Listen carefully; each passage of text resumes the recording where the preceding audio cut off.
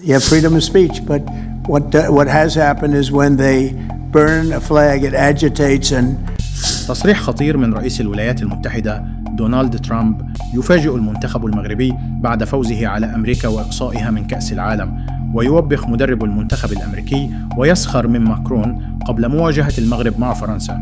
شاهد ماذا قال: ولكن قبل أن نبدأ، لو كنت محبا وسعيدا بفوز المنتخب المغربي فلا تنسى الإعجاب بهذا الفيديو وتعطير أفواهكم بذكر الله والصلاة والسلام على رسولنا الكريم. بعد الفوز التاريخي للمنتخب المغربي على المنتخب الأمريكي بثلاثية مقابل هدف يتيم، ضرب المنتخب المغربي موعدا في نصف النهائي مع المنتخب الفرنسي في مباراة ستكون ثأرية للمغرب.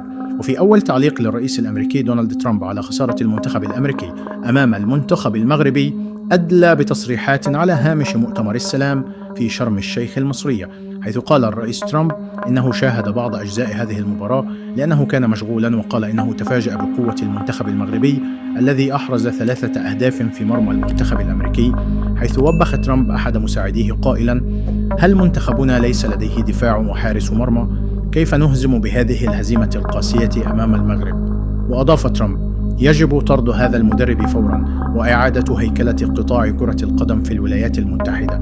أتذكر أن المنتخب المغربي فاز على الولايات المتحدة في أولمبياد باريس وبوجود هذا المدرب الفاشل نفسه، كما فاز المنتخب الأول المغربي علينا ب4 أهداف، فهل يعقل ذلك؟ لقد وصلنا إلى مرحلة انحطاط شديد في كرة القدم. وتابع ترامب قائلا: يجب علينا أن ندرس ما فعلته المغرب في تطوير قطاع كرة القدم ونفعل مثلهم. سأناقش هذا الأمر مع الملك المغربي محمد السادس، وهو بالمناسبة رجل عظيم ومحب للسلام ويفعل أشياء عظيمة لبلاده. أهنئ المنتخب المغربي بتأهله إلى المربع الذهبي.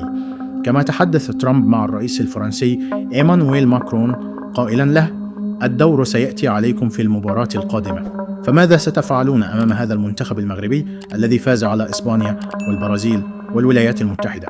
أنا متأكد أنكم ستخسرون هذه المرة.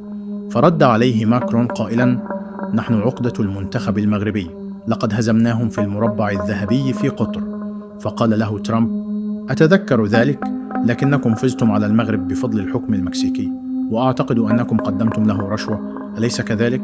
لا تفعلوا ذلك هذه المرة، فأنا متابع جيد، وإذا حدث ذلك فسأتخذ قرارا مع رئيس الفيفا. وفي النهاية شاركونا بآرائكم في قسم التعليقات، ولا تنسوا الإعجاب بهذا الفيديو والاشتراك في القناة ليصلكم كل جديد.